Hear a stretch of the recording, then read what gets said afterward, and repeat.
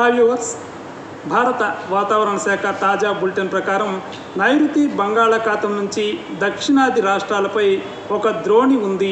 అయితే దాని ప్రభావం మన తెలుగు రాష్ట్రాలపై పెద్దగా లేనట్లే. అందువల్ల ఆదివారం ఎలాంటి భారీ వర్ష సూచన ఐఎండీ ఇవ్వలేదు. శాటిలైట్ లైవ్ అంచనాల ప్రకారం తెలుగు రాష్ట్రాల్లో రోజంతా ఎండ వాతావరణం ఉంటుంది.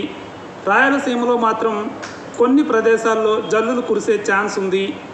ఏపీలో మేఘాలు వచ్చిపోతూ ఉంటాయి.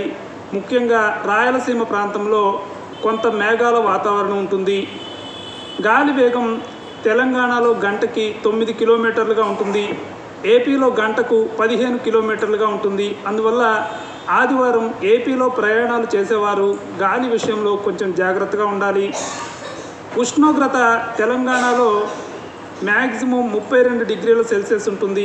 ఏపీలో మ్యాక్సిమం 32 డిగ్రీల సెల్సియస్ ఉంటుంది. అయితే మేఘాలు గాలి వల్ల ఎండ వాతావరణం ఉన్నట్లుగా అనిపించదు. తెలంగాణలో తేమ 30% కంటే తగ్గిపోయింది. అందువల్ల తెలంగాణలో వానలు పడే అవకాశాలు బాగా తగ్గిపోయాయి. ఏపీలో తేమ కోస్తాంధ్ర ఉత్తరాంధ్రలో 60% దాకా ఉంది. అందువల్ల అక్కడ వానలు పెద్దగా ఉండవు. రాయలసీమలో మాత్రం తేమ 70%కి పైగా ఉంటుంది.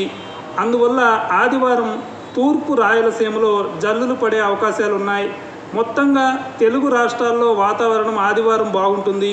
ప్రయాణాలు చేసేవారికి, టూరిజం స్పాట్లకు వెళ్ళేవారికి అనుకూలంగా ఉంటుంది. ఇది అప్డేట్. ఇలాంటి అప్డేట్స్ కోసం News18 తెలుగు సబ్స్క్రైబ్ చేసుకోండి. బెల్ ఐకాన్ క్లిక్ చేయండి. Thank you.